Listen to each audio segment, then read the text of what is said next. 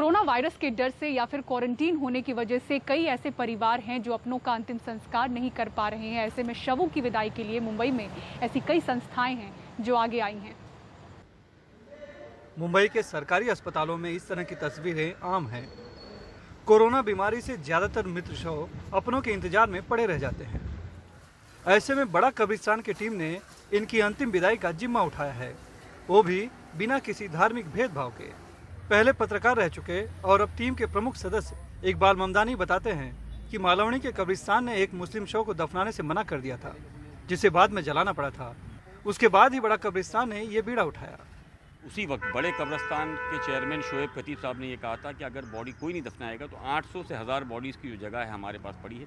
उसके बाद उसी सोच को लेकर के एक टीम बनाई गई, जिसके अंदर मैं खुद आपके सामने हूँ, एडवोकेट इरफान से एक साबिर निर्माण जैसे ऐसे कुल 7 लोगों की टीम जो है वो सामने बनाई गई थी और उसको लेकर के हमने ये काम को शुरू किया। शुरुआत में हमारे साथ कोई फंडिंग को मामला था कि भाई फंड कहाँ से लाया जाए, तो जामा मस्जिद ट्रस्ट ने ये साफ़ किया कि भाई पैसा भी जो है वो हम खर्च करेंगे। शुरुआत एक एम्बुलेंस से की गई, फिर पुरानी बंद पड़ी एम्बुलेंस को खरीदकर उसे बनाया गया और आज 7 एम्बुलेंस के जरिए मुस्लिमों के साथ हिंदू शवों का भी अंतिम संस्कार कर रहे हैं।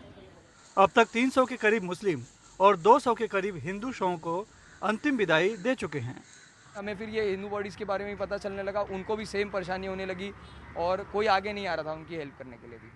कुछ बॉडीज़ ऐसी है जो हमने क्लेम किए जिनके आगे पीछे कोई नहीं है। जैसे एक छोटी बच्ची थी 12 साल की, उसके बाद एक 61 ईयर्स की लेडी थी, उनके साथ में कोई है ही नहीं। तो ऐसी भी बॉडीज़ हमने हॉस्पिटल से क्लेम की है और उनको शमशान लेके जाके उनका अंतिम संस्कार करके as per the Hindu ritual rights उनकी सारी चीज़ें की गई हैं।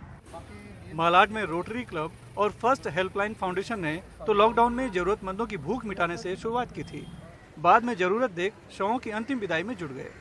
अब तक 60 शवों का अंतिम संस्कार कर चुके हैं। पंजाब में एक फैमिली थी जिनके फादर यहाँ पे वर्ली में ऑफ हो गए और वो आ नहीं सकते थे बिकॉज लॉकडाउन था, तो हमने वो भी क्रिमेट किया, उनको भी क्रिमेट किया और वीडियो के द्वारा हमने उनको दिखा के उनका क्रिमेशन किया है। तो एक क्या था कि काफ़ी लोग जो नेबर थे वो भी कुछ करने को तैयार नहीं था क्योंकि डर का माहौल था कि भाई हमको हो जाए।